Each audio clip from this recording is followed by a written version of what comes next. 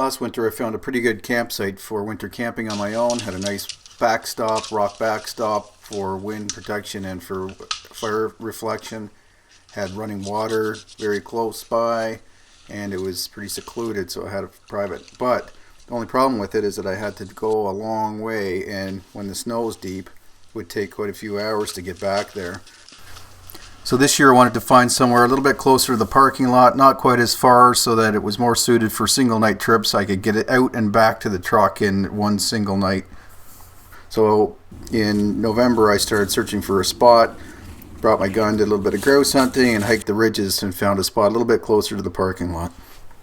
So I think I found a pretty good place to have a winter camp. Got this pond here which is going to freeze solid. There might be a couple little outlets or little drops between ponds at the beaver dams, or I can get some running water.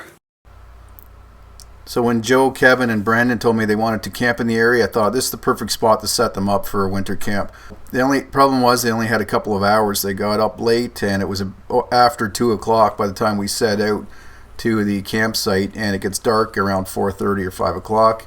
So fortunately, it was a pretty straight ridge directly to the campsite that I had in mind. So we were able to navigate across the snowy ridges without incident, got there at a decent time and started setting up camp. It's a nice rock outcrop, the type that I like to camp up against for wind protection and for fire reflection, and seemed ideal to them too, so we started setting up. The water situation was a bit of an issue. The pond was frozen. Down in the valley to the west there was the drainage from a beaver pond down into the main lake, and it was a bit of a hike down to the bottom of the valley. On the east side, the beaver pond was frozen, and on the south side there was a little bit of trickling running water. But as you can see here, the prevailing winds come from the west typically, or the northwest. Here, because of these ridges, the wind tends to funnel down off of the main lake from the north, and once it gets in these ridges and hits some outcrops and dense trees, it starts to swirl, so you really never know until you experience wind from different directions. So the problem was on this trip, the wind switched around with the system coming in, started to rain, the wind switched and started coming from the east and the northeast.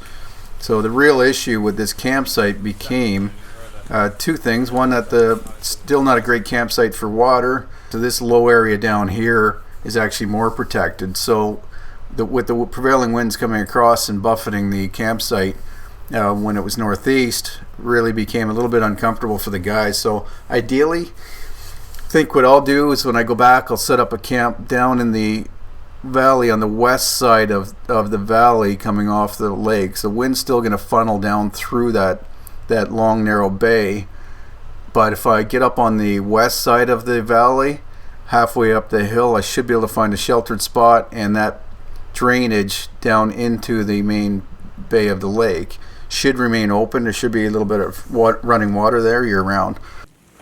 This spot's getting a little bit more interesting down here. I've got that high ridge that I just came off of up there. On this side I have that bay that I was talking about down through there that's got fish in it. And then here's the creek that feeds it. So it's probably a little bit more of an ideal location. So I'm going to go back, scout that area, and probably set up a little campsite that I can use for this winter.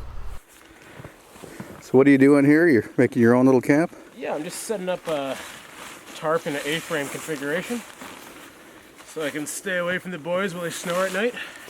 We're in the Canadian Shield here, and the ground is like moss and pine needles mainly here over bedrock, so yeah, it's nice and soft.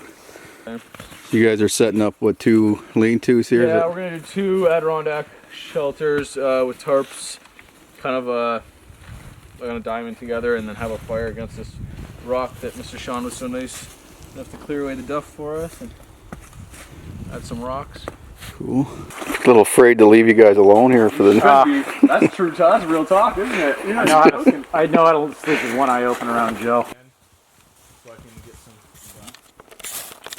Being really wishful with this birch. Yeah, it's birch. Oh.